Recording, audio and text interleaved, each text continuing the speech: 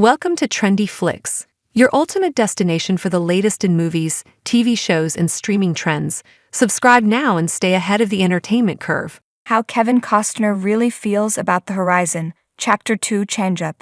This isn't Kevin Costner's first rodeo. Before Field of Dreams came out in 1989, a Vanity Fair profile of the film's star predicted it would probably disappear quickly because it was curiously literary and undramatic. You can try telling that to the millions of people who've since made pilgrimages to the Dyersville, Iowa, cornfield where Ray Kinsella was advised that if you build it, he will come, but they might think you're talking crazy. It was so dismissive that Field of Dreams would fade immediately, Costner told E! News in an exclusive interview. And we're still doing celebrations of it. Men and women, sons and daughters, it stood the time of decades, now generations, and that's how I tried to make movies.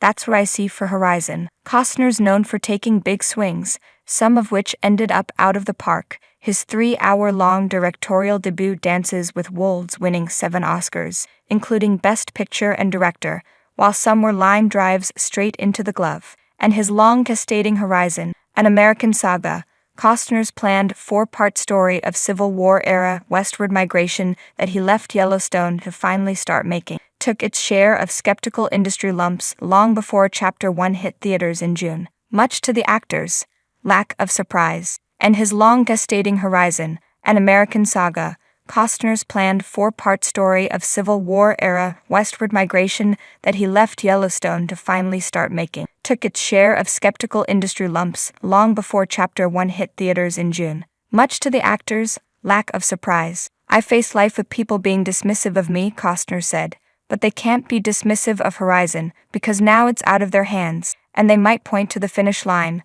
Well, this is what it did at the box office, but I know that this movie is going to play for the next 50 years.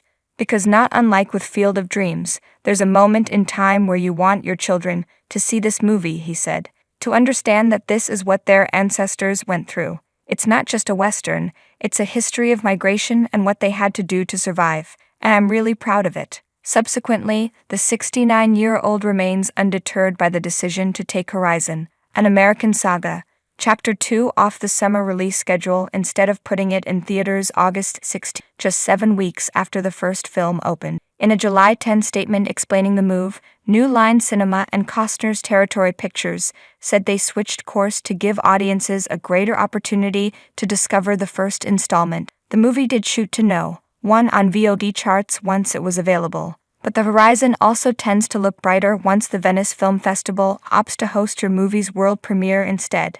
That was a nice development over there, Costner said of the news that the first 2 films will screen together on September 7, Chapter 1 in the morning, followed by the debut of Chapter 2 that night. They understand that it's a saga. In fact, showing Chapter 2 in Italy was originally the dream. That part is exactly how I imagined it, he acknowledged. I didn't ever imagine the releases 6 weeks apart. It was always 4 months or 6 months. But the studio saw an opportunity, they thought it could be something. He added, laughing, I don't feel that anymore. But he had envisioned a Venice premiere, and Costner noted, they won't show a movie if it's already been played. So one thing happens, and the next, I get this other thing to happen. And when he believes an idea can be something, he doesn't mess around. He ultimately put $38 million, that's the real number, he previously told GQ, of his own money into getting Chapter 1 made. I don't really fall out of love with something I feel strongly about, Costner explained. Until somebody convinces me otherwise it needs to go in another direction, that doesn't happen. He conceded that here and there, he's been able to be talked off of my position before.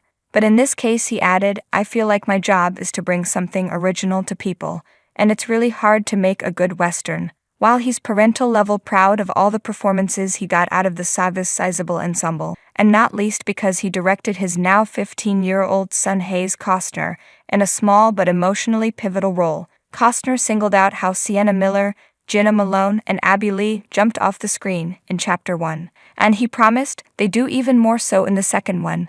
They're really alive, now that you know them. It was also imperative to Costner to give an honest depiction of Western expansionism. These towns that exist, whether they're St. Louis, Tucson, Phoenix, he said, there was a moment in time when a single stake went in the ground, and that ground belonged to an indigenous population that didn't want them. Of course, the father of 7 was admittedly tempted to just say yes, noting with a conspiratorial smile that school wouldn't have been a big priority for him back in the day. But in any case, Costner said, "I love having him." Then, once Chapter 2 is in the audience's hands, the process starts all over again. Sometimes morning coffee gets me going in the right place.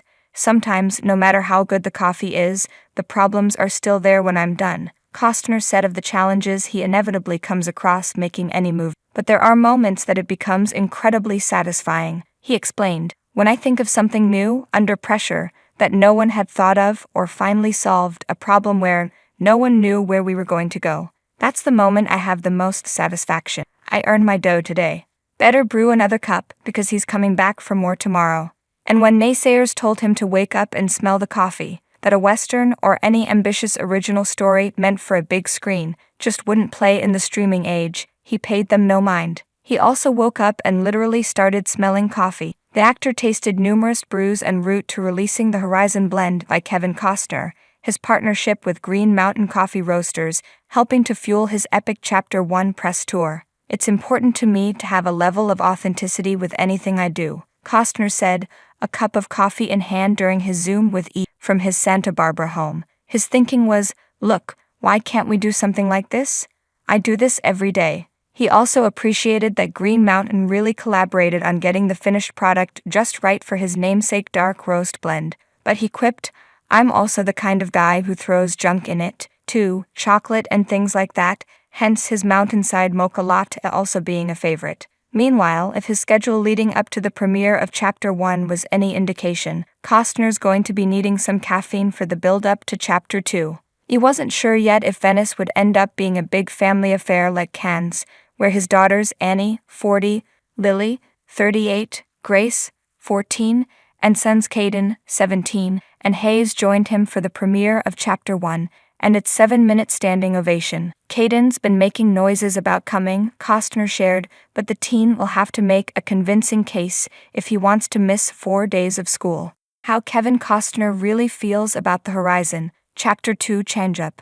This isn't Kevin Costner's first rodeo. Before Field of Dreams came out in 1989, a Vanity Fair profile of the film's star predicted it would probably disappear quickly because it was curiously literary and undramatic. You can try telling that to the millions of people who've since made pilgrimages to the Dyersville, Iowa, cornfield where Ray Kinsella was advised that if you build it, he will come, but they might think you're talking crazy. It was so dismissive that Field of Dreams would fade immediately, Costner told E! News in an exclusive interview. And we're still doing celebrations of it. Men and women, sons and daughters, it stood the time of decades, now generations, and that's how I tried to make movies. That's what I see for Horizon. Costner's known for